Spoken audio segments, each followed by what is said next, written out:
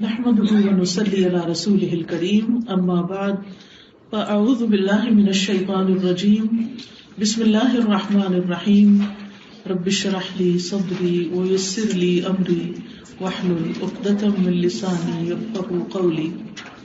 اس وقت آپ کے پاس ایک کتاب ہوگی حصول علم اور خواتین۔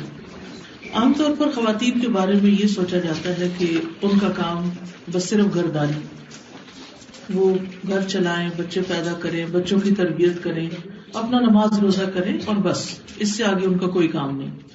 حالانکہ اللہ سبحانہ وتعالیٰ نے ان کو بھی عقل، شعور اور فہم کے ساتھ پیدا کیا، اور قرآن مجید جو نازل کیا وہ صرف مردوں کے لیے نہیں کیا بلکہ عورتوں کے لیے بھی آیا، اور اس میں کچھ آیات تو ایسی ہیں کہ جو مردوں کے ساتھ ساتھ عورتوں سے متعلق بھی برابر کی صفات بیان کرتی ہیں کہ جو صفات مردوں کے اندر اچھی ہونی چاہیے وہ عورتوں کے اندر بھی ہونی چاہیے۔ تو یہ مختصر سا کتابچہ ہے جس میں کچھ آیات اور کچھ احادیث اور پھر کچھ تاریخ کی ایسی خواتین کا ذکر کیا گیا ہے جنہوں نے خاص طور پر علم حدیث میں بڑی خدمات انجام دی۔ جیسا کہ ہم جانتے ہیں کہ اللہ سبحانہ وتعالیٰ نے آدم علیہ السلام کو جب پیدا کیا تو سب سے پہلی چیز جو انہیں دی وہ کیا تھا؟ علم تھا۔ اور کس چیز کا علم تھا؟ اسماء، سارے ناموں کا علم تھا۔ وَعَلَّمَ آدَمَ الْأَسْمَاءَ كُلَّهَا۔ اور پھر آدم علیہ السلام کی اولاد کے درجات کی بلندی کا سبب بھی کس چیز کو بتایا گیا؟ علم کو۔ وَالَّذِينَ أُوتُوا الْعِلْمَ دَرَجَاتٍ۔ اور نبی صلی اللہ علیہ وسلم کو جو دعا سکھائی گئی وہ مال میں اضافے کی نہیں تھی بلکہ علم میں اضافے کی تھی۔ وہ کون سی دعا ہے؟ جی ہاں، رب زدنی علما، کہ اے میرے رب میرے علم میں اضافہ فرما۔ اور پھر دنیا میں اللہ تعالیٰ نے جب انسان کو بھیجا تو پھر اس کو ساتھ ہی یہ تلقین کر دی کہ فَإِمَّا يَأْتِيَنَّكُم مِّنِّي هُدًى فَمَن تَبِعَ هُدَايَ فَلَا خَوْفٌ عَلَيْهِمْ وَلَا هُمْ يَحْزَنُونَ۔ اور نبی صلی اللہ علیہ وسلم پر جو پہلی وحی نازل ہوئی وہ بھی کیا تھی؟ اقرأ بسم ربک الذی خلق، خلق الانسان من علق، اقرأ وربک الاکرم الذی علم بالقلم علم الانسان ما لم يعلم۔ پڑھیے اپنے رب کے نام سے جس نے پیدا کیا، انسان کو جمے ہوئے خون سے پیدا کیا۔ پڑھیے اور آپ کا رب بڑا کریم ہے جس نے قلم کے ذریعے علم سکھایا، انسان کو وہ کچھ سکھایا جو وہ جانتا نہ تھا۔ تو علم کا سورس کیا ہے؟ اور صحیح علم اور سچے علم کا سورس جو ہے وہ وحی الہی ہے۔ یعنی اللہ سبحانہ تعالیٰ نے انسان کو پیدا ہی نہیں کیا بلکہ اس کی رہنمائی بھی کی، اور پھر اس کے لیے اس رہنمائی کو سیکھنا، حاصل کرنا لازم قرار دیا۔ اور حدیث میں آتا ہے طلب العلم فریضۃ علی کل مسلم، کہ علم کا حاصل کرنا ہر مسلمان پر فرض ہے۔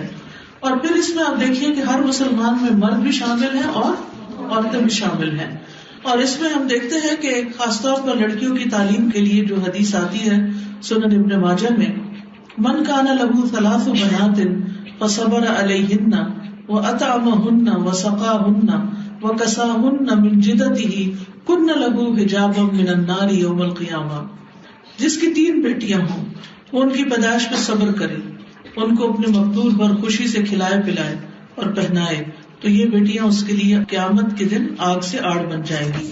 اور ایک دوسری روایت میں بہنوں کا ذکر بھی آتا ہے کہ جس کی 3 بیٹیاں یا 3 بہنیں یا 2 بیٹیاں یا 2 بہنیں ہوں، پھر وہ ان کے بارے میں اللہ سے ڈرے اور ان کے ساتھ حسن سلوک کرے تو وہ جنت میں داخل ہوگا۔ تو خواتین کے ساتھ عمومی طور پر حسن سلوک کی تعلیم دینے کے علاوہ جو صحابہ کرام کو تلقین تھی وہ کیا کہ جو وہ سیکھیں وہ اپنے گھر والوں کو بھی سکھائیں۔ ایک حدیث میں آتا ہے سورۃ البقرہ کی آخری 2 آیات کے بارے میں کہ بے شک اللہ تعالیٰ نے سورۃ البقرہ کو ایسی 2 آیات پر ختم کیا جو مجھے اس مخصوص خزانے سے دی گئی جو عرش کے نیچے ہے، بس تم خود بھی ان کو سیکھو اور اپنی عورتوں کو بھی سکھاؤ، کیونکہ یہ نماز، قرآن اور دعا ہے۔ مالک بن حویرث کہتے ہیں کہ ہم چند نوجوان رسول اللہ صلی اللہ علیہ وسلم کی خدمت میں علم سیکھنے کے لیے 20 دن تک رہے۔ جب آپ صلی اللہ علیہ وسلم نے محسوس کیا کہ ہمیں گھر جانے کی جلدی ہے تو فرمایا اپنے گھر والوں کی طرف واپس جاؤ، انہی میں رہو، ان کو دین سکھاؤ اور دین کی باتوں پر عمل کرنے کا حکم دو۔ اور ظاہر ہے کہ گھر والوں میں مرد اور عورتیں سبھی شامل ہوتے ہیں۔ پھر اسی طرح نبی صلی اللہ علیہ وسلم نے ایک عورت کا نکاح ایک ایسے شخص سے کر دیا جو مفلس و نادار تھا لیکن قرآن کی چند سورتوں کا حافظ تھا. تو آپ صلی اللہ علیہ وسلم نے اس سے پوچھا تمہیں کتنا قرآن یاد ہے؟ اس نے کہا اتنا اور اتنا. چنانچہ آپ صلی اللہ علیہ وسلم نے فرمایا فقد ملکتکها بما معک من القرآن، تو تحقیق میں نے اس عورت کو تمہاری ملکیت میں دے دیا اس قرآن کے عوض جو تمہارے پاس ہے کہ تم اس کو وہ سکھا دو. پھر اسی طرح آپ صلی اللہ علیہ وسلم نے فرمایا 3 قسم کے آدمی ہیں جن کو دگنا اجر ملے گا. ایک وہ شخص جس کے پاس کوئی باندی ہو یعنی غلام عورت ہو، وہ اس کو ادب سکھائے تو اچھا ادب سکھائے، اس کو تعلیم دے تو عمدہ تعلیم دے، پھر آزاد کرے، پھر اس سے نکاح کرے، اس کے لیے دگنا اجر ہے. انصار کی عورتوں کی خاص طور پر نبی صلی اللہ علیہ وسلم نے تعریف کی کہ ان کو حیا نہیں روکتی دین کی بات سیکھنے میں. پھر اسی طرح صحابیات جو تھی وہ علم سیکھنے کی اتنی حریص تھی کہ انہوں نے نبی صلی اللہ علیہ وسلم سے باقاعدہ درخواست کی کہ ان کے لیے الگ دن مقرر کیا جائے اور ان کو بھی تعلیم دی جائے. ایک عورت رسول اللہ صلی اللہ علیہ وسلم کے پاس آئی، کہنے لگی یا رسول اللہ، آپ صلی اللہ علیہ وسلم کی سب احادیث مردوں نے لے لی، آپ اپنی طرف سے عورتوں کے لیے بھی ایک دن مقرر فرمائیں جس میں ہم آپ کے پاس آیا کریں اور آپ ہمیں اس میں سے سکھائیں جو اللہ نے آپ کو سکھایا ہے. تو آپ نے فرمایا فلاں فلاں دن فلاں فلاں جگہ تم اکٹھی ہوا کرو. تو وہ اکٹھی ہوئی. چنانچہ نبی صلی اللہ علیہ وسلم خود ان کے پاس تشریف لائے اور اللہ نے جو باتیں آپ کو سکھائی تھی آپ نے ان میں سے ان عورتوں کو بھی سکھایا. پھر اسی طرح یہ ہے کہ عیدگاہوں میں خواتین کو نکلنے کا حکم دیا گیا کہ وہ عید کے خطبے میں شریک ہوں، عید کی دعا میں شریک ہوں، اور اگر نماز نہ بھی پڑھنی ہو پھر بھی جائیں تاکہ وہ اس سے بھی استفادہ کریں. صحابیات جو تھیں جمعے کے دن جمعے کا خطبہ سنا کرتی تھی. ایک صحابیہ سیدہ بنت حارثہ بن نعمان کہتی ہیں میں نے سورۃ قاف صرف رسول اللہ صلی اللہ علیہ وسلم کی زبان سے سن کر یاد کر لی جسے آپ ہر جمعے میں پڑھا کرتے تھے. اس سے بھی پتہ چلتا ہے کہ جمعہ پڑھنے کے لیے بھی خواتین جاتی ہیں جس میں نماز کے علاوہ خطبہ ہوتا ہے جو مسلمانوں کی ہفتہ وار تعلیم کا دن ہوتا ہے ایک طرح سے. پھر اسی طرح ازواج مطہرات بھی خطبے سے فیضیاب ہوتی. حضرت ام سلمہ جو تھی ایک مرتبہ کنگھی کروا رہی تھی کہ اتنے میں نبی صلی اللہ علیہ وسلم کی آواز ان کے کانوں میں پڑی تو آپ ممبر پر فرما رہے تھے اے لوگوں، بے شک اللہ اپنی کتاب میں فرماتا ہے ان المسلمین والمسلمات والمؤمنین والمؤمنات. تو اس پر انہوں نے وہ سب کچھ چھوڑا، بال لپیٹے اور نماز کی طرف چل پڑی. پھر اسی طرح نبی صلی اللہ علیہ وسلم نے شفا بنت عبداللہ سے کہا کہ وہ حضرت حفصہ کو نملہ کا دم سکھا دے جیسے انہیں کتابت سکھائی تھی، لکھنا بھی انہوں نے سکھایا تھا اور نبی صلی اللہ علیہ وسلم نے اس کو اکنالج کیا. حضرت عائشہ رضی اللہ تعالیٰ عنہ کا علم تو آپ سب جانتے ہیں کہ باقی تمام خواتین بلکہ بہت سے مردوں سے بھی زیادہ تھا. اور ان کے بارے میں آتا ہے کہ ابن عبد البر کہتے ہیں کہ سیدہ عائشہ رضی اللہ عنہ 3 علوم میں یکتائے زمانہ تھی، علم فقہ، علم طب اور علم شعر. لوگوں کو سیدہ عائشہ رضی اللہ عنہ کی شعر و ادب کی آگاہی سے کہیں زیادہ ان کی طبی معلومات پر حیرت ہوتی تھی. ابن ابی ملیکہ نے آپ سیدہ عائشہ سے کہا کہ آپ کی شاعری پر ہمیں تعجب نہیں ہوتا کیونکہ آپ ابو بکر رضی اللہ عنہ کی بیٹی ہیں جن کی فصاحت و بلاغت مانی ہوئی تھی، لیکن طب آپ نے کہاں سے سیکھ لی؟ جواب دیا کہ جب نبی صلی اللہ علیہ وسلم کو کوئی مرض لاحق ہوتا اور باہر سے حاضر خدمت ہونے والے وفود اس کا علاج بتاتے تو میں اس کو یاد کر لیتی. یہ ہوتا نا کہ نفع مند علم کا حریص ہونا، کہ چاہے حدیث ہو، چاہے فقہ ہو، چاہے شعر ہو، چاہے طب ہو، جو بھی نفع مند علم ملے اس کو سیکھا جائے، حاصل کیا جائے اور لوگوں کو بھی آگے سکھایا جائے. سیدہ عائشہ رضی اللہ عنہا کی حساب دانی کا یہ عالم تھا کہ اکابر صحابہ کرام آپ سے میراث کے مسائل دریافت کرتے تھے، یعنی ورثے کی تقسیم کے مسائل کہ کس کو کتنا ملے گا، اور اچھا خاصا کمپلیکیٹڈ علم ہے یہ، تو یہ حضرت عائشہ سے پوچھا کرتے تھے. سیدنا ابو موسیٰ اشعری حضرت عائشہ کے بارے میں کہتے ہیں ہم اصحاب رسول صلی اللہ علیہ وسلم کو جب بھی کسی حدیث کے معاملے میں کوئی مشکل پیش آئی اور ہم نے اسے عائشہ رضی اللہ عنہا سے دریافت کیا تو ہم نے ان کے پاس اس کا علم پایا، یعنی انہوں نے اس کی تصدیق کر دی کہ ہاں واقعی یہ حدیث نبی صلی اللہ علیہ وسلم سے ہے یا نہیں ہے. اسی طرح ایک اور راوی کہتے ہیں کہ میں نے ام المومنین حضرت عائشہ سے زیادہ حلال و حرام، علم اور شعر و طب کو جاننے والا کسی کو نہیں پایا، یعنی بہت زیادہ علم رکھتی تھی. عائشہ بنت طلحہ کی روایت کے مطابق کان الناس یأتونها من کل مصر، کہ لوگ ہر طرف سے، ہر شہر سے حضرت عائشہ کے پاس آیا کرتے تھے. کیا کرنے آتے تھے؟ علم سیکھنے کے لیے آتے تھے, مسائل پوچھنے کے لیے آتے تھے. اسی طرح دیگر ازواج مطہرات میں سے حضرت ام سلمہ کے بارے میں آتا ہے, ابن القیم الجوزیہ کہتے ہیں کہ اگر ان کے فتاوی کو جمع کر لیا جائے تو ایک کتاب بن جائے.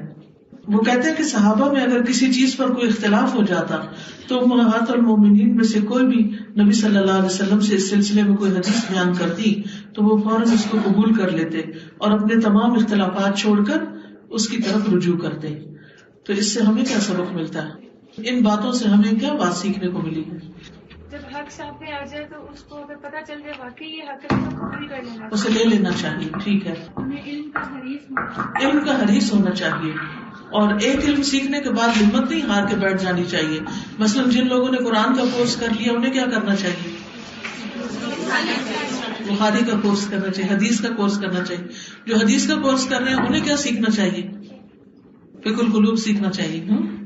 اور تو سبجیکٹس آپ کے کورس میں ہیں ہی, لیکن یہ سبجیکٹس جو ہیں یہ باقاعدہ کورس کا حصہ, کچھ کا ہے بھی کچھ کا نہیں بھی.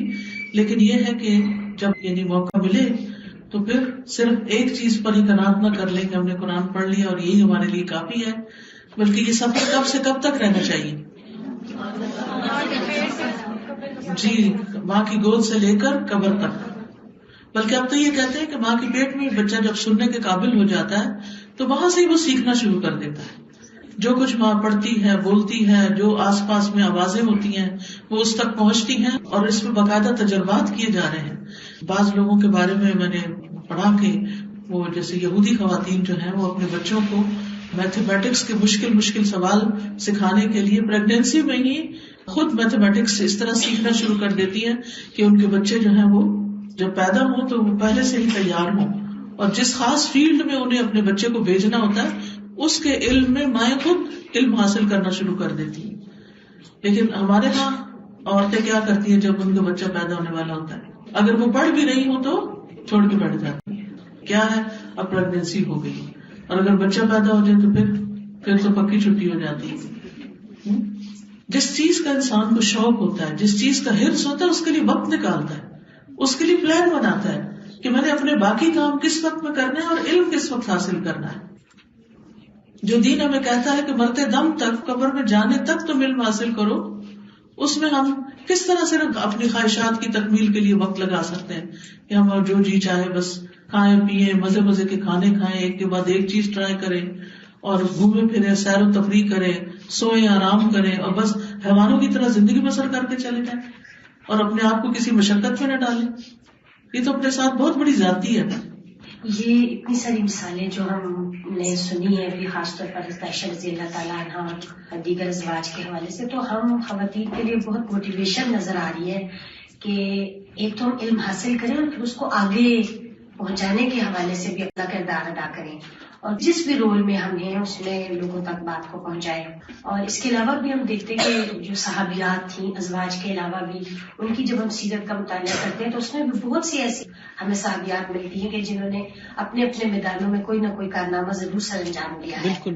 اور پھر اس کے بعد یہ کہ اپنے بچوں کے لیے کتنی حریص ہوتی تھی. یعنی امام شافعی جو تھے وہ یتیم تھے تو ان کی والدہ نے اپنی چیزیں بیچ کے اپنے بچے کو پڑھنے کے لیے بھیجا.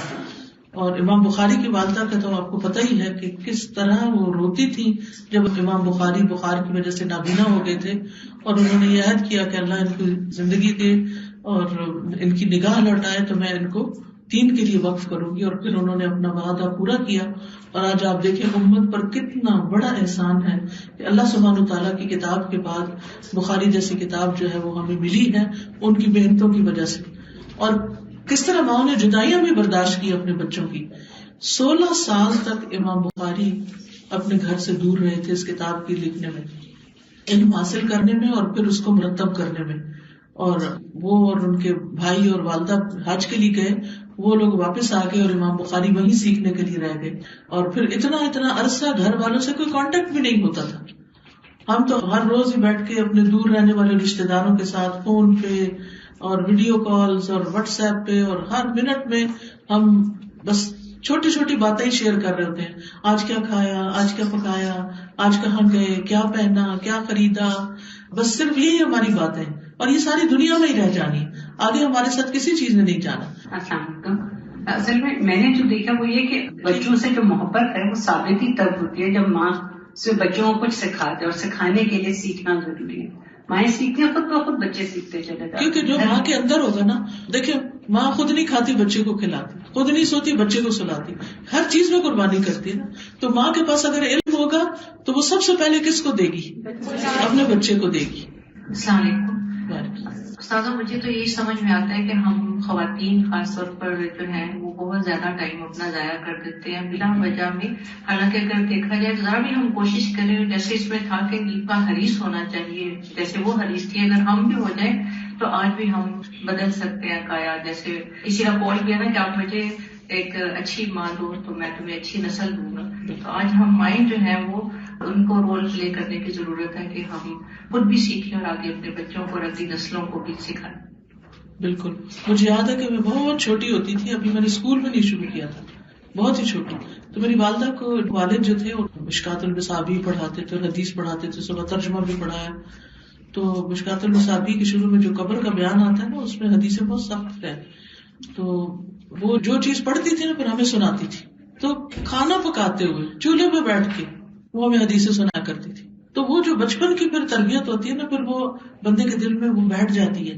اس کے لیے ضروری نہیں ہوتا کہ ہم ضرور کہیں کوئی کلاس سجائیں اور پھر ہی بچوں کو پڑھائیں. اٹھتے بیٹھتے کھلاتے پلاتے نہلاتے دلاتے کوئی نہ کوئی اچھی بات. لیکن اچھی بات کون کرے گا؟ علم والی بات کون کرے گا؟ ماں کیسے کرے گی؟ کب کرے گی؟ جب اس کو بھی کچھ آتا ہوگا. جاہل ماں کے بچے تو پھر عالم نہیں بن سکتے. اب یہ آگے ہے تعلیمات نبی کے فروغ میں خواتین کا حصہ. اس میں ہم دیکھتے ہیں کہ رسول اللہ صلی اللہ علیہ وسلم جو ہیں وہ ہمارے لیے ہادی برحق بن کر آئے ہیں، اور انہوں نے ہمیں قرآن مجید کے علاوہ حدیث بھی دی. ٹھیک ہے. اور آپ صلی اللہ علیہ وسلم نے اپنے دور کے لوگوں کو یہ بات اچھی طرح سمجھا دی کہ بلغوا عنی ولو آیا، کہ مجھ سے آگے پہنچاؤ خواہ ایک آیت ہی کیوں نہ ہو. صفحہ نمبر 14 پہ دیکھیں. نبی اکرم صلی اللہ علیہ وسلم نے طلب علم کو ہر مومن مرد اور عورت کے لیے فریضہ قرار دیا، اور اس راہ میں موت کو شہادت کا درجہ دیا. سکھانے والے کو قابل رشک قرار دیا، اور سیکھنے والے کو بشارت فردوس دی. عالم کو عابد پر فوقیت، اور علماء کو انبیاء کا وارث قرار دیا. اس شخص کے لیے بطور خاص رحمت کی دعا کی گئی جو آپ کے پیغام کو نہ صرف خود سننے والا ہو بلکہ آگے پہنچانے والا بھی ہو. ازواج مطہرات کو بطور خاص آیات قرآنی کے ساتھ ساتھ حدیث رسول صلی اللہ علیہ وسلم سیکھنے کا حکم ملا. جیسے قرآن مجید میں آتا ہے نا، وَاذْكُرْنَ مَا يُتْلَى فِي بُيُوتِكُنَّ مِنْ آیَاتِ اللَّهِ وَالْحِکْمَةِ، کہ تمہارے گھروں میں جو اللہ کی آیات اور حکمت یعنی نبی صلی اللہ علیہ وسلم کی جو باتیں پڑھی جاتی ہیں ان کا تذکرہ کرو. اسی وجہ سے قرآن مجید کی تعلیم کے ساتھ ساتھ حدیث کی تعلیم کا خاص اہتمام کیا گیا. یعنی صحابیات جو تھی وہ صرف قرآن ہی نہیں سیکھتی تھی، نبی صلی اللہ علیہ وسلم کی احادیث بھی سیکھتی تھی. اور اس میں ہم دیکھتے ہیں کہ اس معاملے میں انہوں نے ایسی روشن مثالیں قائم کی کہ علم جرح و تعدیل کی مشہور کتاب میزان الاعتدال کے مؤلف امام ذہبی اپنی کتاب کے آخر میں حدیث کی خدمت کرنے والی خواتین کے بارے میں سنہری الفاظ میں لکھتے ہیں، میں نے آج تک کسی خاتون کو متہم بالکذب یا متروک نہیں پایا. یعنی جتنی بھی خواتین نے حدیث روایت کی بالکل صحیح کی، انہوں نے نبی صلی اللہ علیہ وسلم پر جھوٹ نہیں باندھا. عہد نبوی صلی اللہ علیہ وسلم میں خواتین کے مسائل سے متعلق معلومات کے لیے بطور خاص ازواج مطہرات رضوان اللہ عنہن اجمعین سے رجوع کیا جاتا تھا. آپ کی وفات کے بعد آپ کی نجی زندگی سے متعلق تمام تر معلومات کے لیے ازواج مطہرات ہی سے رہنمائی لی جاتی تھی. امہات المومنین سیدہ حفصہ، سیدہ ام حبیبہ، سیدہ میمونہ، سیدہ ام سلمہ، سیدہ عائشہ، ان سب کی علمی خدمات کسی سے مخفی نہیں. خصوصاً سیدہ عائشہ رضی اللہ عنہا کی خدمات ناقابل فراموش ہیں. ان کی روایات کی تعداد یعنی حدیث کی 2000 سے زائد ہے. آپ نبی صلی اللہ علیہ وسلم کی وفات کے بعد تقریباً نصف صدی تک ہر خاص و عام کے لیے مرجع علم بنی رہی. علامہ ابن حزم نے اپنی کتاب جوامع السیرم و خمس رسائل اخرى کے اندر کم و بیش 125 صحابیات کا تذکرہ کیا ہے جن سے روایات مروی ہیں، اور ان کے اعداد و شمار کے مطابق صحابیات سے مروی احادیث کی کل تعداد 2560 ہے، جن میں سے سب سے زیادہ ام المومنین سیدہ عائشہ صدیقہ رضی اللہ عنہا سے احادیث مروی ہیں جو 2000 سے زیادہ ہیں. سیدہ عائشہ رضی اللہ عنہ سے روایت کرنے والے صحابہ اور تابعین کی تعداد 100 سے زیادہ ہے. ٹھیک ہے, یعنی 100 سے زیادہ آپ کے شاگرد ہیں آگے. سیدہ ام سلمہ رضی اللہ عنہا سے 378 احادیث مروی ہیں. پھر اسی طرح سیدہ ام قیس, سیدہ ام الفضل بنت الحارث, سیدہ فاطمہ بنت قیس, ام عطیہ, سیدہ ام ہانی, سیدہ اسماء بنت ابی بکر, سیدہ اسماء بنت امیس اور سیدہ اسماء بنت یزید رضی اللہ عنہا خاص طور پر قابل ذکر ہے, جن کی روایات کی تعداد یعنی ان کے ناموں کے حساب سے 22, 30, 34, 40, 46, 58, 60 اور 81 ہے. اسی طرح یہ اور بھی کچھ صحابیات کے نام ہیں جنہوں نے احادیث روایت کی اور انہوں نے براہ راست نبی صلی اللہ علیہ وسلم سے سن کر احادیث آگے روایت کی. اور اس میں آزاد خواتین بھی تھیں اور غلام خواتین بھی تھیں. غلام خواتین میں روزینہ اور ماریہ رضی اللہ تعالی عنہا نے حدیث کو روایت کرنے کا شرف پایا. پھر میمونہ بنت سعید اور امیمہ مولات رسول اللہ صلی اللہ علیہ وسلم کے ساتھ ہونے کے ساتھ ساتھ راویات حدیث بھی تھی. اسی طرح بریرہ ام علقمہ جو حضرت عائشہ کی غلام تھی, خیرہ ام الحسن البصری یعنی حسن بصری کی والدہ جو تھی, آپ کو پتہ ہے غلام خاتون تھی اور کتنا بڑا بیٹا پیدا کیا, کتنا نام ہے حسن بصری کا. پھر یہ ام سلمہ کی لونڈی تھی, حسن بصری کی والدہ خیرہ جو تھی. پھر ندبہ حضرت میمونہ کی لونڈی تھی. پھر درہ اور ندبہ ابن عباس کی لونڈی تھی. پھر بنانا عبد الرحمن الانصاری کی تھی اور لیلہ ام عمارہ الانصاریہ, ان سب کے نام قابل ذکر ہیں. اسی طرح اسد الغابہ اور الاصابہ فی تمییز الصحابہ میں 500 سے زائد صحابیات کے تراجم موجود ہیں. تہذیب و تہذیب میں 233 خواتین اسلام کا تذکرہ ہے جن میں بیشتر صحابیات ہیں. اس کے بعد پھر تابعین کا دور آتا ہے. تابعین کون ہوتے ہیں؟ جو صحابہ کے شاگرد ہوتے ہیں. جب علمی تحریک نے زور پکڑا تو خواتین بھی قابل ذکر تعداد میں سامنے آئیں. صرف ابن سعد نے 60 سے زائد ایسی خواتین کے حالات قلم بند کیے جنہوں نے اس مہم میں نمایاں حصہ لیا. ان خواتین میں حفصہ بنت سیرین اپنے وقت کی مشہور عالمہ حدیث ہیں. جب ایاس بن معاویہ کے سامنے حسن بصری اور ابن سیرین کا ذکر کیا گیا تو انہوں نے برملا کہا, میرے لیے حفصہ بنت سیرین سے بڑھ کر اور کوئی نہیں. یعنی بڑے بڑے عالموں کا نام لیا گیا تو انہوں نے کہا کہ ان سے بہتر حفصہ بنت سیرین ہے. اسی طبقے سے تعلق رکھنے والی ایک اور مشہور خاتون ام الدرداء الصغریٰ ہے جن کے شاگردوں میں ابو قلابہ, رجاء بنت حیوہ, مکحول اور زید بن اسلم جیسے جلیل القدر تابعین شامل ہیں. عمرہ بنت عبد الرحمن یہ حضرت عائشہ کی شاگرد ہیں اور ان کی روایات کو سب سے زیادہ جاننے والی ہیں. ان کے شاگردوں میں ابو بکر بن حزم جو مایہ ناز قاضی ہیں, جنہیں عمر بن عبد العزیز نے بطور خاص حکم دیا کہ وہ عمرہ کی تمام احادیث کو احاطہ تحریر میں لائیں.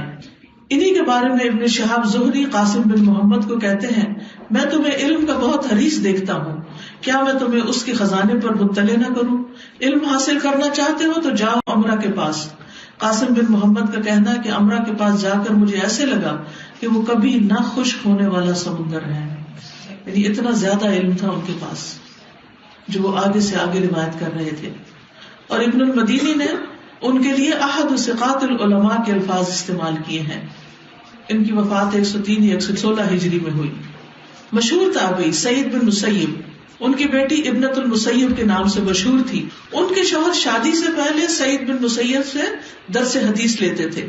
شادی کے اگلے ہی روز جب تیار ہو کر استاد کے پاس حصول علم کے لیے جانے کا ارادہ کرتے ہیں تو اہلیہ فرماتی ہیں, تشریف رکھیے, میں آپ کو سعید کا علم گھر پر سکھائے دیتی ہوں.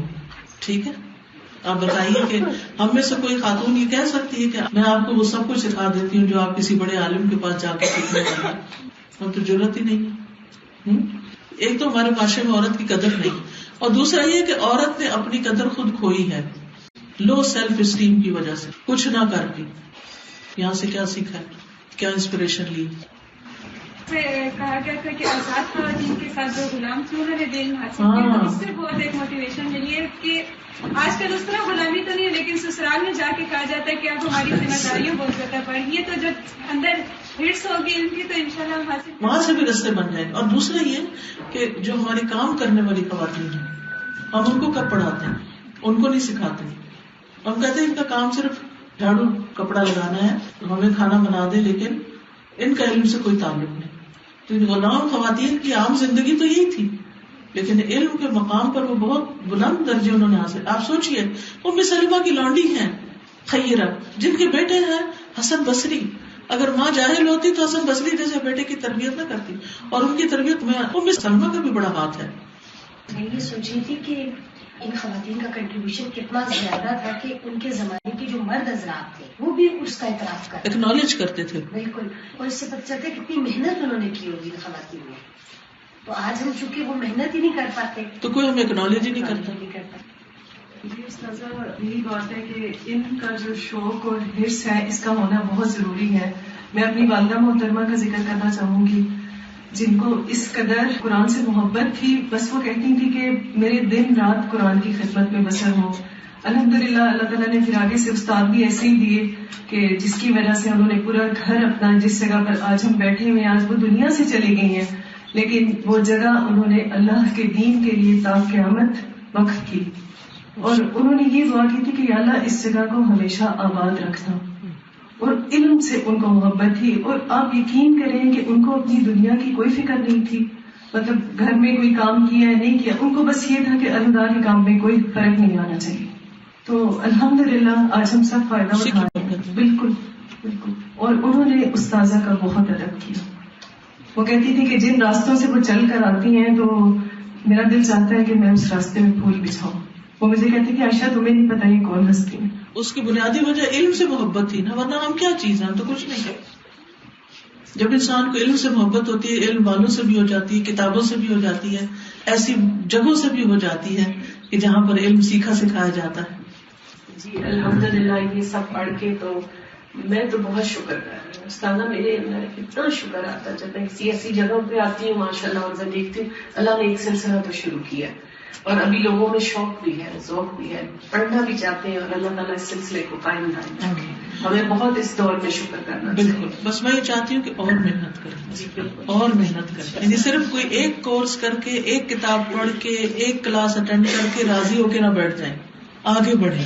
تیسری صدی میں عابدہ المدنیہ، ام عمر الثقفیہ، زینب بنت سلیمان، نفیسہ بنت حسن بن زید، خدیجہ ام محمد، عبدہ بنت عبد الرحمن، عباسہ بنت الفضل، امام احمد بن حنبل کی اہلیہ اور دیگر بہت سی خواتین قابل ذکر ہیں.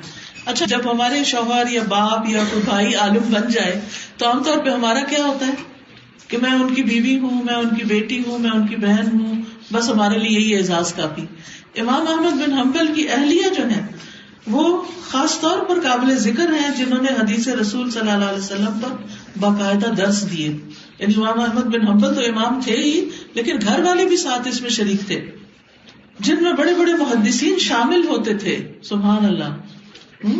عابدہ اگرچہ ایک سیاہ فام لوڈی تھی، لیکن افق حدیث کا چمکتا ہوا ستارہ بن کر ابھری. سیاہ فام لوڈی جن کا اس معاشرے میں کوئی مقام نہیں تھا. جب محمد بن یزید نے انہیں حبیب بن ولید الدحون اندلسی کو ہبہ کر دیا تو وہ ان کے علم سے اتنا متاثر ہوئے کہ انہیں آزاد کر کے ان سے شادی کر لی اور اپنے ساتھ اندلس لے آئے، جہاں پر وہ تقریباً 10,000 احادیث، خاتون ہیں 10,000 احادیث امام دار الہجرہ مالک بن انس اور دیگر مدنی اساتذہ سے روایت کرتی رہی، اور یوں وہ یورپ میں فروغ تعلیمات نبوی کا باعث بنی. یعنی مدینہ میں سیکھا اور اسپین میں جا کر سکھایا، 10,000 حدیثیں روایت کی. دوسری طرف زینب بنت سلیمان جو پیدائشی طور پر ایک شہزادی تھی اور ان کے والد منصور کے دور خلافت میں بصرہ اور بحرین کے گورنر رہے تھے. حدیث رسول صلی اللہ علیہ وسلم نے ایسی دلچسپی کا مظاہرہ کیا کہ بڑے بڑے نامور محدثین آپ سے روایت کرنے لگے. نفیسہ جو اہل بیت میں سے تھی، ان کی علمی فضیلت کے لیے اتنا ہی کہنا کافی ہے کہ امام شافعی نے آپ سے سماع حدیث کا شرف حاصل کیا، یعنی امام شافعی کے استاد تھی. تدوین حدیث کے بعد جب کتب حدیث منصہ ظہور پر آنے لگی تو خود خواتین کا رجحان بھی ان کتب کے سماع اور روایت کی طرف ہو گیا. پہلے انڈیویجولی حدیثیں روایت ہوتی تھی، پھر کتابیں بنی تو کتابیں روایت ہونے لگی. صنف ناظر نے باقاعدہ ان کتب کی تدریس میں حصہ لیا، جن سے ہر طبقے نے بھرپور فائدہ اٹھایا. اس ضمن میں کریمہ المروزیہ کا نام کسی تعارف کا محتاج نہیں. صحیح بخاری کی روایت میں وہ یکتائے زمانہ تھی. بڑے بڑے ائمہ جن میں ابو بکر الخطیب البغدادی بھی شامل ہیں, جو بغداد سے مکہ پہنچ کر کریمہ سے صحیح بخاری کا سماع کرتے ہیں, اور کہتے ہیں کہ 3 دنوں میں انہوں نے بخاری پڑھی تھی ساری ان کے سامنے. ابو بکر بن منصور سمعانی کا کہنا ہے, میرے والد کریمہ کی علمی شخصیت سے بہت متاثر تھے. وہ کہتے تھے میں نے کریمہ جیسا کوئی نہیں دیکھا. کریمہ کے عطا کردہ صحیح بخاری کے اجازت ناموں کی کثرت کا ذکر مشہور مستشرق گولڈزیئر نے خاص طور پر کیا ہے, اور یہ 100 سال کی فوت ہوئی تھی, اور یہ حرم میں بس مجاورہ تھی, اور انہوں نے شادی نہیں کی تھی, اور مسلسل جو بھی لوگ دنیا بھر سے حج کرنے کے لیے آتے تھے یہ ان کو حدیث پڑھاتی تھی. اور کہا جاتا ہے کہ قرآن مجید کی حفاظت میں بھی خاتون کا کردار ہے. حضرت حفصہ کے پاس وہ آفیشیل کاپی رہی تھی جو حضرت ابو بکر نے جمع کر کے رکھوائی تھی, اور حدیث میں بھی سب سے صحیح روایت جو صحیح بخاری کی ہے وہ کریمہ المروزیہ کی ہے.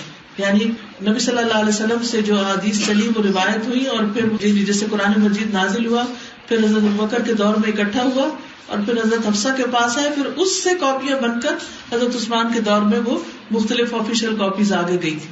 تو بیچ میں کون آتی ہے چین میں؟ خاتون آتی ہے.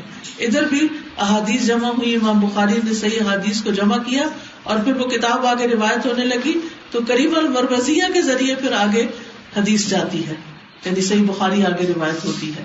آپ لوگ شاید اس سلسلے کو اتنا نہ سمجھتے ہو, کوئی بہت امپورٹینس دیتے ہو, لیکن یہ بہت بڑا اعزاز ہے جو 2 خواتین کے حصے میں آیا کہ کس طرح انہوں نے دین کی خدمت کی, اور کس طرح انہوں نے اپنا حصہ, اپنا رول پلے کیا کہ اس کو آگے اتنے لوگوں کو سکھا دیا کہ ان کی روایت جو ہے سب سے مشہور روایت بن گئی. وقف کر دیا, اور کسی قسم و پرسی کا شکار نہیں ہوئے, یا کسی وہ ڈپریشن کا یا انگزائٹی کا کہ ہماری شادی نہیں ہوئی اور ہم نے کیا کیا اور کیا کمایا. انہوں نے فوکس ہو کے اپنے پاس جو علم تھا وہ دینے کی فکر کی اور دیتی رہی, اور آج آپ دیکھیں کہ آج تک ان کا نام زندہ ہے, اور جو کتاب ان کے ذریعے آئی اس میں جو صدقہ جاریہ بنے گی, جتنے بھی لوگ اس کو پڑھیں گے ان کا حصہ ہے, اس میں ثواب ان کو بھی جائے گا. ہماری کوشش تو اس کے مقابلے میں کچھ بھی نہیں. ہم تھوڑا سا کوئی محنت کرتے, ایک اسائنمنٹ کرنی پڑ جائے, ایک ٹیسٹ دینا پڑ جائے تو ہمیں جان کے لالے پڑ جاتے ہیں, سارے کام چھوڑ کے بیٹھتے, ہائے ہائے کیا ہے, ٹیسٹ ہے, ہائے اسائنمنٹ ہے, اب کیا کریں, ادھر شکایت ادھر کمپلین, بڑا مشکل کورس ہے, میں تو مینیج نہیں کر سکتا. کیوں؟ اس لیے کہ ہم کلا بل تحبون العاجلہ, دنیا کی محبت دلوں میں بس گئی, کپڑوں کی دکانیں بھر گئی ہیں, زیوروں کی دکانیں سج گئی ہیں, اور لائبریریاں اور کتب خانے ختم ہوتے جا رہے ہیں, کتابوں کی دکانیں ختم ہوتی چلی جا رہی ہیں. کیوں؟ اس لیے کہ مرد تو مرد, عورتوں نے بھی پڑھنا لکھنا چھوڑ کے کتابیں خریدنے کی بجائے زیور اور کپڑا خریدنا شروع کر دیا. اور وہی ایک نمائش ہر جگہ, آج شادی پہ یہ پہنا, اور مہندی پہ یہ پہنا, اور ولیمے پہ یہ پہنا, اور فلاں دن یہ پہنا, اور یہ, اور ایک کے بعد ایک مقابلہ, صرف کپڑوں کی نمائش. یعنی میں کبھی کسی شادی پہ جاتی ہوں تو مجھے سمجھ نہیں آتی کہ اتنا لیٹ آ رہے ہوتے ہیں, کیا ہے, تیار ہو رہے تھے, بیوٹی پارلر کے پاس دیر ہو گئی, ہزاروں خرچ کر کے, اور پھر کسی سے کوئی بات نہیں, کسی کے پاس بیٹھنا نہیں, کسی سے کوئی حال نہیں پوچھنا, جب میوزک کا ہنگامہ, اور اس کے ساتھ ساتھ کیا ہے, بس کپڑوں کی نمائش, اپنے آپ ہی کو دیکھے جا رہے ہیں. کیا ذہنیت بن گئی ہے ہماری, یعنی اپنی پوجا ہے یا پھر مال کی پوجا ہے, کہ ہم نے اپنی امپورٹینس صرف حسن کے ذریعے ہی جتائی. کیا یہی ہمارا مقام ہے؟ کیا اسی سے ہمارے درجات میں اضافہ ہوگا؟ کیا یہی چیزیں ہمیں اللہ کے نزدیک آگے بڑھانے والی ہیں؟ علم حاصل کریں, علم اصل زیور ہے. ہمارے گھر میں ایک کتاب ہوا کرتی تھی, بہشتی زیور. آپ میں سے کسی کے گھر میں ہے, نام تو سنا ہوگا بہشتی زیور, تو مجھے اس کا نام بڑا اچھا لگتا تھا. چھوٹے ہوتے بچوں کی جیولری وغیرہ اچھی لگتی ہے نا, تو بہشتی زیور, جنت کا زیور. تو میں کہتی اس میں کیا ہے جو جنت کا زیور ہے, کدھر ہے وہ جنت کا زیور؟ میں سمجھتی کوئی تصویر وغیرہ ہوگی, کوئی زیور شیور کی, لیکن وہ میرے والد سمجھاتے تھے کہ یہ جو باتیں لکھی ہوئی ہے نا, جو ان کو پڑھے گا, جو ان پہ عمل کرے گا, اس کو جنت میں زیور پہنایا جائے گا. تو علم کو انہوں نے بہشت کا زیور کہا, بڑا سوچ سمجھ کے نام رکھا. اور یہ کتاب بھی کتنی مشہور ہوئی ہے, گھر گھر میں پہنچی, اور بہت علم کا نچوڑ ہے. بچپن میں ہمارا اکثر شغل یہی ہوتا تھا, لے کے بیٹھ کے بہشتی زیور میں قصے کہانیاں پڑھ رہے ہیں, کبھی مسائل پڑھ رہے ہیں, کبھی کچھ, اس میں کئی چیزیں ایک والیوم میں جمع کی گئی. کریمہ کے علاوہ صحیح البخاری اور دیگر کتب حدیث کی روایت میں کئی اور خواتین بھی قابل ذکر ہیں. اس ضمن میں مسندۃ الوقت ست الوزراء بنت عمر کا نام بطور خاص لیا جاتا ہے, جو طویل عرصے تک دمشق اور مصر میں درس و تدریس کرتی رہی. اور جن کی روایت بخاری بھی بے پناہ شہرت کی حامل ہوئی. ام الخیر امت الخالق مدرسہ حجاز کی آخری راویہ صحیح البخاری تھی. اسی طرح عائشہ بنت عبد الہادی بھی تدریس بخاری کے لیے ایک ممتاز مقام رکھتی ہیں. اسی طرح زینب بنت برہان الدین اردبیلیہ کی ولادت مکہ مکرمہ میں ہوئی. ہوش سنبھالنے کے بعد انہوں نے اپنے چچا کے ساتھ بلاد عجم کا سفر کیا اور 20 سال بعد مکہ مکرمہ واپس آئیں. محمد زینب بنت احمد بن عمر کا وطن بیت المقدس تھا. امام ذہبی نے ان کو المعمرۃ الرحلہ کے القاب سے یاد کیا ہے. یاد رہے کہ ان محدثات کے یہ اسفار محرم کے بغیر ہرگز نہ ہوتے تھے. ان کی درسگاہیں بھی اسلامی اقدار اور حجاب کی پابندی میں ہوتی تھی. خواتین نے نہ صرف صحیح البخاری کی درس و تدریس اور روایت کا اہتمام کیا بلکہ دیگر کتب حدیث کی روایات اور درس حدیث میں قابل ذکر حصہ ڈالا. اس سلسلے میں ام الخیر فاطمہ بنت علی البغدادیہ کا نام قابل ذکر ہے جو اپنے وقت کی مشہور راویہ صحیح مسلم تھی. فاطمہ الجوزدانیہ موجب الطبرانی کی روایت کرتی تھی. زینب بنت مکی الحرانی 94 سال تک زندہ رہی جن کے گرد طلبہ کا ہجوم رہتا اور وہ مسند احمد کی روایت کیا کرتی تھی. کس کس نے دیکھی ہے مسند احمد؟ 1 2 3 ہاتھ کھڑے ہیں. امام ذہبی نے لکھا ہے وازدحم علیہ الطلبہ، یعنی طلبہ ان کے اوپر ہجوم کر دیتے تھے، اتنے زیادہ ان سے سیکھنے والے لوگ تھے. ابن نکتہ نے اپنی کتاب میں ایسی 10 خواتین کا ذکر کیا ہے جو اپنے اپنے دور میں کتب احادیث کی روایت میں مشہور ہوئی. 4 صدی میں پھر جو لوگ مشہور ہوئے ان کے نام ہیں، پھر 5ویں صدی میں، پھر 6 صدی میں. یہ سب نام لکھے ہوئے آپ پڑھ سکتے ہیں.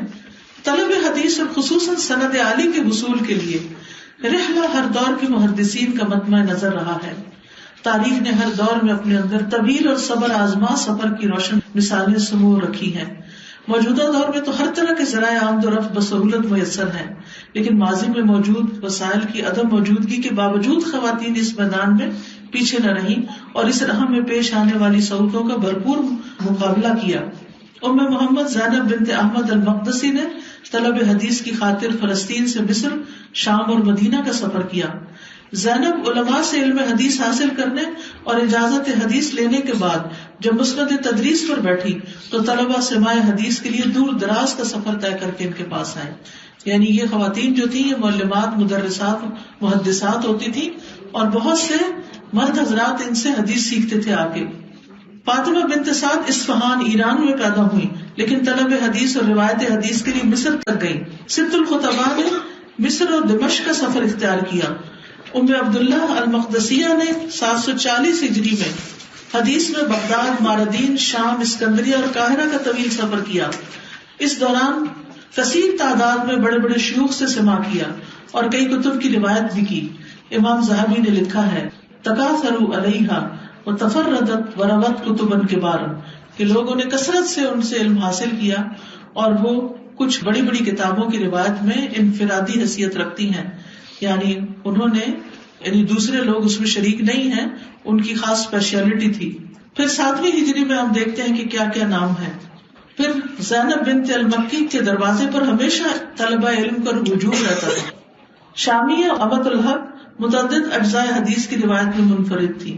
عجیبہ بنت محمد نے اپنا مشیخہ 10 اجزاء میں مرتب کیا، یعنی اس میں ان شیوخ کے نام تھے جن سے انہوں نے علم حاصل کیا تھا. 8ویں اور 9ویں صدی میں بھی ابن حجر نے اپنی کتاب الدرر الکاملہ میں ایسی 170 خواتین کا ذکر کیا جنہوں نے محنت اور شوق سے اس گلستان کی آبیاری اور تزئین و آرائش کی. گولڈزیئر خواتین کی اس کثیر تعداد کی علمی دلچسپی پر حیران ہے. ان خواتین کی مختصر سوانح حیات سے معلوم ہوتا ہے کہ ابن حجر اور ان کے بہت سے معاصرین یعنی اس کے دور کے لوگ جن میں ان کے شیوخ و تلامذہ شامل ہیں خواتین سے درس حدیث لیا کرتے تھے.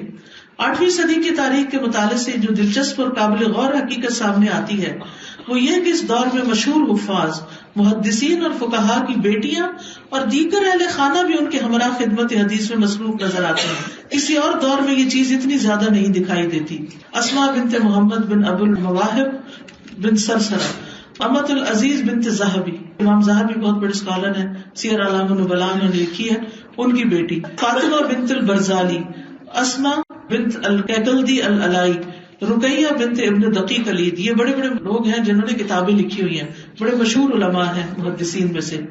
زینب بنت ابن قدامہ المقدسی، زینب بنت ابن جماع الکنانی، ام البہا زینب بنت ابن العجمی، ست النعم بنت العلامہ نجم الدین الحرانی، ست الوزراء بنت عمر المنجا، ستیہ بنت تقی الدین السبکی، ستیہ بنت نجم الدین الدمیاتی، عائشہ بنت ابراہیم حافظ المزی کی اہلیہ، عائشہ بنت عبداللہ محب الدین الطبری کی پوتی، لوزہ بنت عبداللہ مولاد بنت یعنی ابن دقیق العید کی لونڈی، ست رقب بنت علی بن حجر.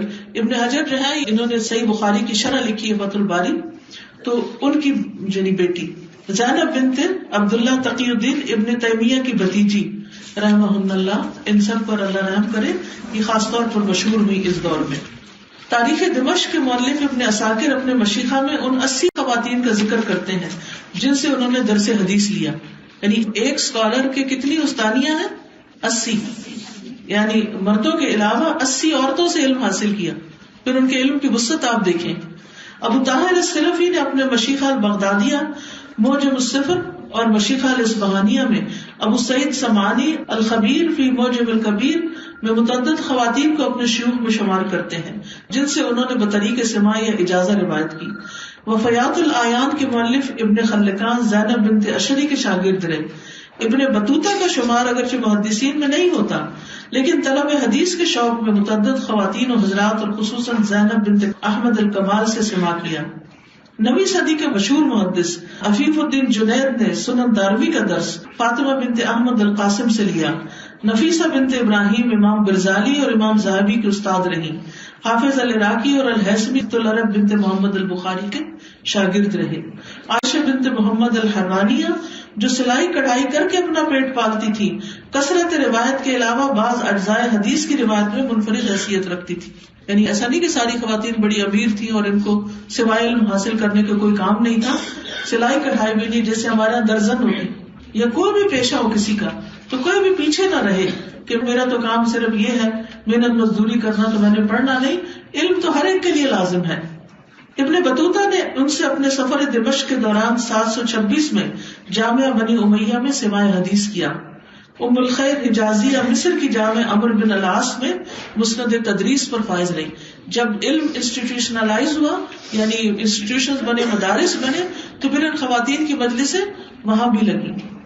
22 خاتون 9ویں صدی کی مشہور محدثات میں سے ہیں جو مصر اور شام میں متعدد مقامات پر تدریس حدیث کرتی رہیں. ان کے درس میں بڑے بڑے علماء شریک ہوتے. عائشہ بنت ابراہیم جو ابنۃ الشرائحی کے نام سے پہچانی جاتی ہیں، انہوں نے بھی اس میدان میں کمال حاصل کر کے مصر، شام اور بالابک وغیرہ میں درس حدیث کا سلسلہ جاری رکھا.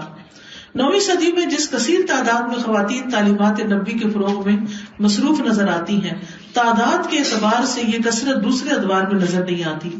ان میں سے جن خواتین نے بطور خاص شہرت پائی ان کا ذکر باعث طوالت ہوگا. یہاں مثال کے طور پر امام سخاوی اور امام ابن حجر کی ایک ایک استاد کا ذکر کرنے پر اتفاق کیا جاتا ہے.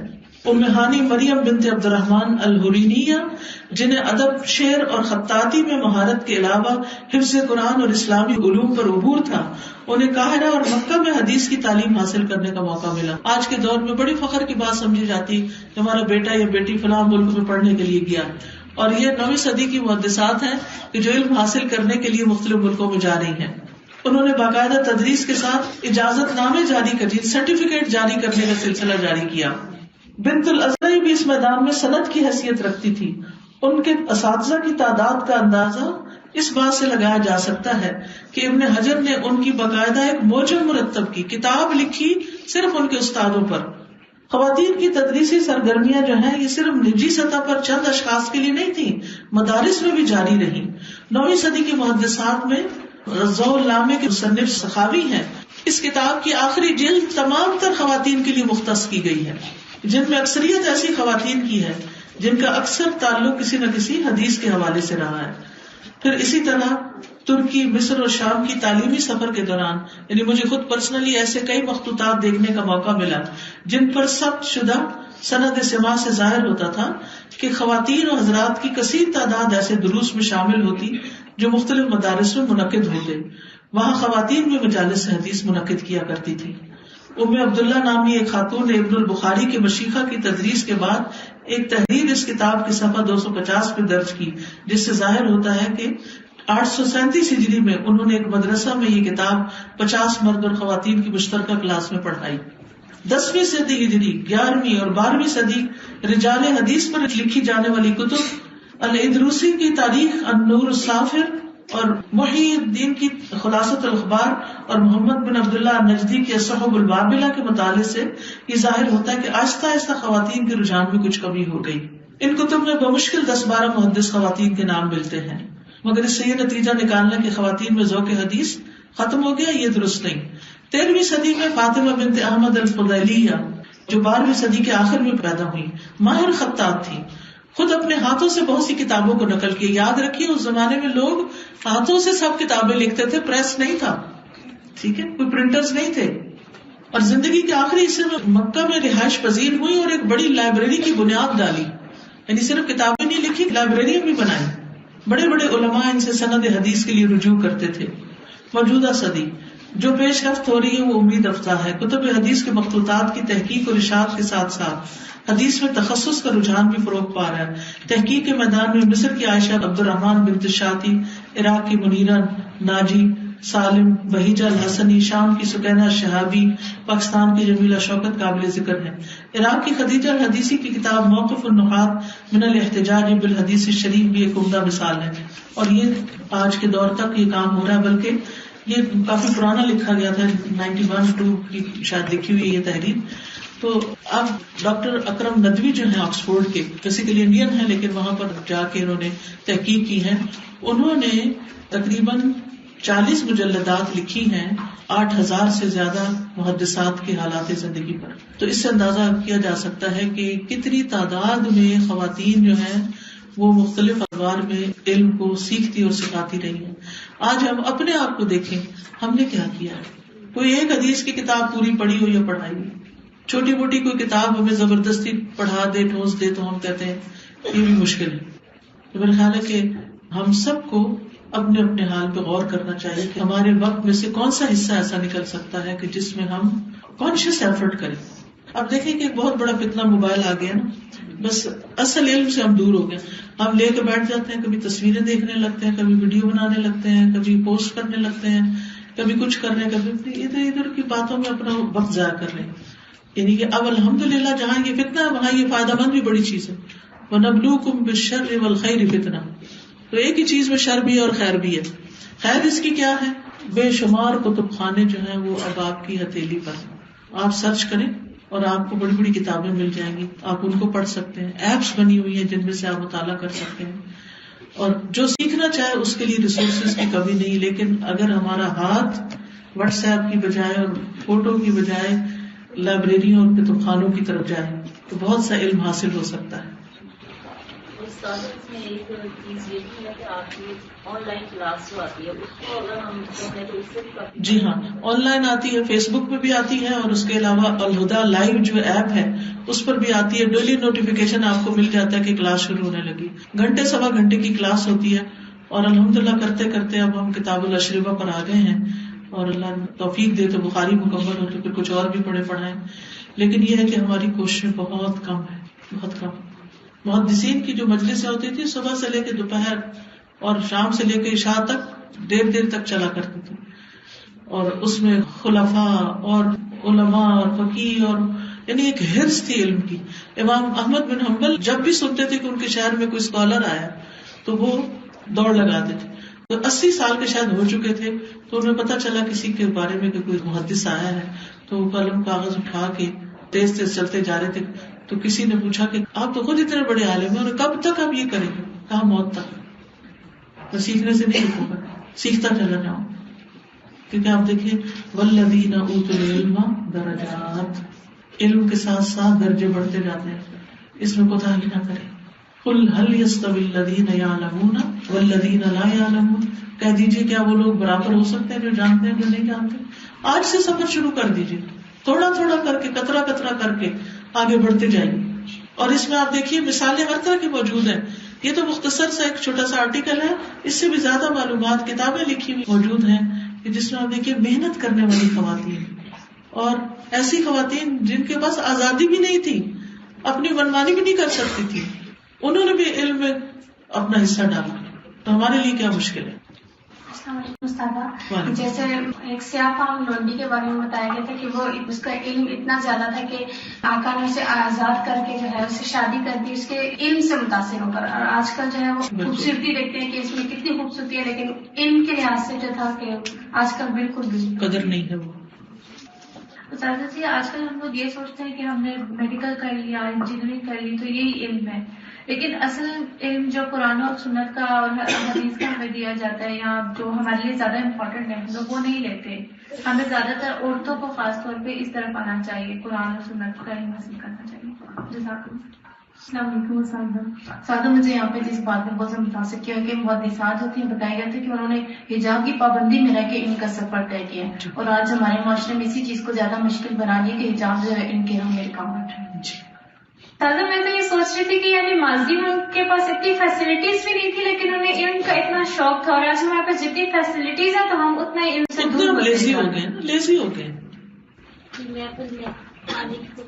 الحمدللہ بہت آپ کو سنا ہے, تقریباً جب سے میں میٹرک میں تھی پی ٹی وی پہ آپ کا پروگرام آتا تھا جی 19 جی, تو اس وقت سے آج میری ماشاء اللہ 4 بچیاں ماشاء اللہ جی. تو میں یہ وہ مطلب یہ اسکولز میں یہ تعلیم کی طرف سے زیادہ ان کا رجحان ہے اس سلسلے میں, مینٹلی طور پہ مزید بھی ہے ماشاء اللہ سے. تو لیکن آپ کو ایسے یہ کوشچن تھا کہ کیا وہ جو تعلیمیں انہیں دلوا رہی ہوں وہ بھی ضروری ہے, وہ بھی ضروری ہے, لیکن دینی تعلیم اگر آپ کے پاس کوئی ایسا انتظام شام کے وقت نہیں ہے تو آپ اپنے گھر میں مدرسہ لگائیں, اپنے بچوں کو لے کے بیٹھیں, محلے کے بچوں کو لے کے بیٹھیں, ان کو پیغمبروں کی کہانیاں سنائیں, ان کی ایج کے حساب سے جو منار الاسلام کے جو پروگرام ہیں ان کو سیکھ کے کر سکتی ہیں. یا میں نے جو اپنے بچے کے ساتھ کیا ہے, بیٹا تھا تو بیٹے کے لیے کوئی انتظام نہیں تھا الہدا میں, تو پھر مجھے مشکل ہوئی تو میں نے اس کو خود پڑھایا, یعنی اس کو خود سبق دیتی تھی, خود اس کا سنتی تھی, خود اس سے ڈسکس کرتی تھی. اور اب تک سفر کر رہی ہوں تو اور بات ہے, پھر مشکل ہو جاتا ہے, لیکن میں گھر میں ہوتی ہوں تو میں اس کے ساتھ کوئی نہ کوئی کتاب شروع کر کے رکھتی ہوں, میں کتاب سے اس کو پڑھاتی ہوں, میں خالی لیکچر نہیں دیتی, اور خود نہیں پڑھتی کتاب, اس سے پڑھواتی ہوں, پھر اسی کو کہتی ہوں تم بتاؤ اس میں سے کیا سیکھا. کرتے کرتے کرتے کرتے ایک کتاب کے بعد ایک کتاب, ایک کتاب کے بعد ایک کتاب. تو الحمدللہ وہ جب بچے اپنی آنکھ سے پڑھتے ہیں نا اور دیکھتے ہیں تو وہ زیادہ ان کے اوپر اثر کرتا ہے.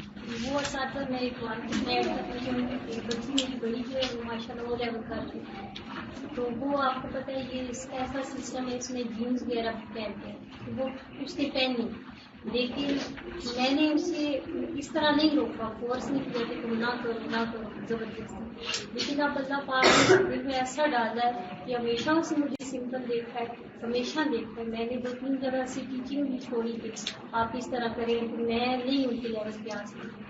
تو اب ماشاء اللہ کتنے دن ہو گئے وہ مجھے کہہ رہی ہے کہ مما مجھے اللہ پاک معاف کر دیں گی, میں نے اس طرح یہ لباس پہنا, تو اللہ تعالیٰ نے اس کے دل میں ڈال دیا.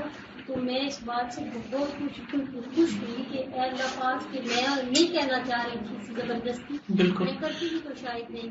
دیکھیں سورۃ کہف میں بھی آتا ہے نا, کانا ابوہما صالحا, جو والدین خود نیک ہوتے ہیں نا تو وہ نیکی جو ہے نا وہ اولاد میں آتی ہے. اللہ سبحانہ وتعالیٰ ایسے والدین کے بچوں پر بھی اپنی رحمت فرماتے ہیں.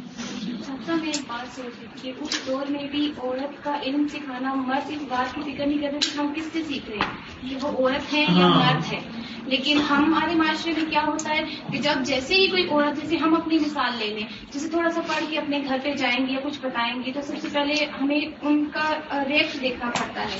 تو اس چیز کے لیے ہمیں خود سے تیار رہنا چاہیے. جیسے ہمیں قرآن سے یہ تعلیم ملتی ہے کہ اپنے اخلاق کو بہتر کرو. جیسے لونڈی کا ذکر آیا کہ بچوں کو ماں, جیسے آپ نے بھی ذکر کیا, نہلاتے دھلاتے کھلاتے پلاتے سب کچھ کر کے ہم سکھا سکتے ہیں. ویسے جیسے وہ ہمارے گھر میں آئے, ان کے ساتھ اس طرح باقی باتوں کے علاوہ دین کو ان کے ساتھ جوڑ لینا چاہیے, اور اپنے مردوں کے ساتھ بھی یہی طریقہ اختیار کرنا چاہیے, وہ بھائی ہو, بیٹا ہو یا شوہر ہو. اگر ہمیں کچھ آتا ہوگا نا تو تبھی ہم کسی کو دینے کے قابل ہوں گے, تبھی وہ ہماری بات بھی سنیں گے. ہمارا تو یہ جھگڑا ختم نہیں ہوتا کہ عورت کی آواز پردہ ہے کہ نہیں. اگر پردہ ہی ہوتا تو اتنی ساری محدثات کہاں سے پیدا ہو جاتی جن سے بڑے بڑے اسکالرز نے لیا. میں یہی سوچ رہی تھی کہ بعض اوقات یہ ہوتا ہے نا کہ ہم ابتدا میں آتے ہیں تو لوگ یہ اعتراض شروع کر دیتے کہ یہ کدھر سے ثابت ہو گیا کیا اس طرح کی مجلس سے منعقد ہوتی ہے. یہ سارے دلائل جو یہ کتاب مطلب اس لحاظ سے بھی ہمارے لیے بڑی اہم ہے کہ ہمارے پاس اس میں دلائل اکٹھے ہیں. تو ہم کسی کو مطلب آپ کی کتاب بھی گھر والوں کو ویسے پڑھنے کے لیے دے دیں, طالب کے لیے دیں کہ آپ کی کتاب پڑھیں, بڑی اچھی کتاب ہے. تو لوگ جب خود پڑھیں گے تو ان کو دلائل بھی ملیں گے. اور پھر مجھے ایسا لگتا ہے کہ ہماری سوسائٹی میں چونکہ بہت ٹائم گزر گیا نا, ٹیبو سا بن گیا کہ خواتین کوئی آ کر اس طرح کا کام کرے, لیکن ہم سب نے مل کر اس کو بھی امپروو کرنا ہے نا انشاءاللہ. السلام علیکم. وعلیکم السلام. آپ آدھے تھے کترا کترا دریا بن رہا ہے. بالکل آپ نے آ میں جڑا نا آپ کترا کترا دریا بن رہے. میں کیسے پڑھی تھی, کیسے نوبت آئی تھی. اپنا ابو آپ کو سنتا تھا, 4-5 بہنا دی سارے اکٹھا کر کے سب کو کپڑا سنتا تھا. باقی شکریہ اللہ. یہ ماسی ہشام کو انہوں نے پالا, تو انہوں نے میرا بہت ساتھ دیا, بہت ساتھ دیا. جب الوداع بنا تھا تو اس وقت یہ میرے پاس ہوتی تھی اور بہت خیال رکھتی تھی اور بہت ہمت والی, جان والی. الحمدللہ الحمدللہ. اللہ آپ کو بھی خوش رکھے, صحت اور عافیت سے رکھے. وعلیکم السلام. جیسا آپ نے ذکر کیا وہ ایپ کے حوالے سے اور موبائل کے حوالے سے, لیکن بیسیکلی میں نے یہ دیکھا جو مسائل آتے بھی ہیں, جو لوگ دین کی طرف آ بھی جاتے ہیں, اگر وہ آپ کے نیٹ پہ چلے جاتے ہیں, وہاں سے سرچ کریں گے تو ایک کوئی شکل نہیں بنتی دین کی. آپ نے یہاں سے کوئی چیز لے لی, یہاں سے آئے آپ کو بچ لی, یہاں سے حدیث بچ چلی. پھر بہت سی کنفیوژنس ہوتی ہیں بہت سے لوگوں کو جو نئے پڑھنے والے ہیں, جو دین جاننا چاہتے ہیں, اور وہ یہ سمجھتے ہیں کہ انہیں سمجھ نہیں آتی کہ یہ اوتھینٹک حدیث ہے کہ نہیں ہے. اور بہت سی آپ کو پتا ہے کہ یہودیوں کی طرف سے بھی ایسی بہت سی آ چکی ہیں سائٹس کے حوالے سے بھی سائٹس. اور میرا یہ خیال ہے کہ بنیادی علم جو ہے نا استادوں سے حاصل کیے بغیر, یعنی جب آپ ایک خاص لیول پہ پہنچتے ہیں پھر آگے ریسرچ اور جب صحیح اور غلط کی پہچان ہو جاتی ہے. جی بالکل. چیز استاد, اس کے بعد استاد اس طرح دین کی محفلیں, جی اس حوالے سے بھی اپنا آپ بہت نظر آتے ہیں کہ آپ کتنے پانی میں. جی, اور یہ محفلیں جو ہے نا ہمارے لیے ایک بڑا زبردست پلیٹ فارم ہوتی ہیں. سارے کام کاج چھوڑ کے تھوڑی دیر بیٹھ کے بہت کچھ ہم اکٹھا حاصل کر لیتے ہیں. اور جب مجلس میں حاضر نہیں ہوتے, صرف اپنے آپ پر رہتے ہیں, تو کبھی کوئی کام پڑ گیا, کبھی کچھ کر لیا, آگے نہیں بڑھ پاتے. اور ید اللہ فوق الجماع, جماعت پہ اللہ کا ہاتھ ہوتا ہے. اللہ سبحانہ تعالیٰ کی طرف سے مدد آتی ہے, فرشتے گھیر لیتے ہیں اس مجلس کو. سبحان اللہ والحمد للہ ولا الہ الا اللہ واللہ اکبر ولا حول ولا قوة الا باللہ العلی العظیم. اللهم صل علی محمد وعلى آل محمد كما صليت على إبراهيم وعلى آل إبراهيم إنك حميد مجيد. اللهم بارك على محمد وعلى آل محمد كما باركت على إبراهيم وعلى آل إبراهيم إنك حميد مجيد. ربنا آتنا في الدنيا حسنة وفي الآخرة حسنة وقنا عذاب النار. ربنا لا تزغ قلوبنا بعد إذ هديتنا وهب لنا من لدنك رحمة إنك أنت الوهاب. ربنا هب لنا من أزواجنا وذرياتنا قرة أعين واجعلنا للمتقين إماما. ربنا لا تؤاخذنا إن نسينا أو أخطأنا. ربنا ولا تحمل علينا إصرا كما حملته على الذين من قبلنا. ربنا ولا تحملنا ما لا طاقة لنا به واعف عنا واغفر لنا وارحمنا أنت مولانا فانصرنا على القوم الكافرين. یا حی یا قیوم برحمتک استغیث. یا رب العالمین, جو کچھ ہم نے پڑھا ہے سمجھا ہے, ہمیں بہترین عمل کی توفیق دے.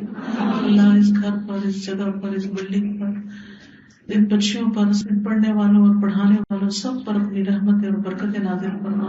یا اللہ جنہوں نے یہ زمین وقف کی اور اس میں مال ڈالا اور اس کو بنانے میں مدد کی, یا اللہ ان کے لیے اس کو قیامت تک صدقہ جاریہ بنا. یا اللہ عائشہ کے والدین پر اپنی رحمت نازل فرما. یا اللہ ان کی بخشش فرما, ان کے درجات بلند فرما. یا اللہ ہم سب بھی اسی رستے کے مسافر ہیں, ہمارے لیے بھی وہ رستے آسان کر دے. یا رب العالمین ہمیں نیکی کے کاموں کی توفیق، ہم سب کے والدین پر رحم فرما، یا اللہ ہماری اولادوں کو ہدایت دے، یا اللہ ہم سب کو علم کا شوق دے، یا اللہ ہمیں اپنے راستے میں کوشش کرنے کی توفیق عطا فرما۔ ربنا تقبل منا انك انت السميع العليم وتب علينا انك انت التواب الرحيم، وصلى الله تعالى على خير خلقه محمد وعلى آله واصحابه واهل بيته اجمعين برحمتك يا ارحم الراحمين الہی آمین۔ سبحانك اللهم وبحمدك اشهد ان لا اله الا انت استغفرك واتوب اليك۔ السلام علیکم ورحمۃ اللہ وبرکاتہ۔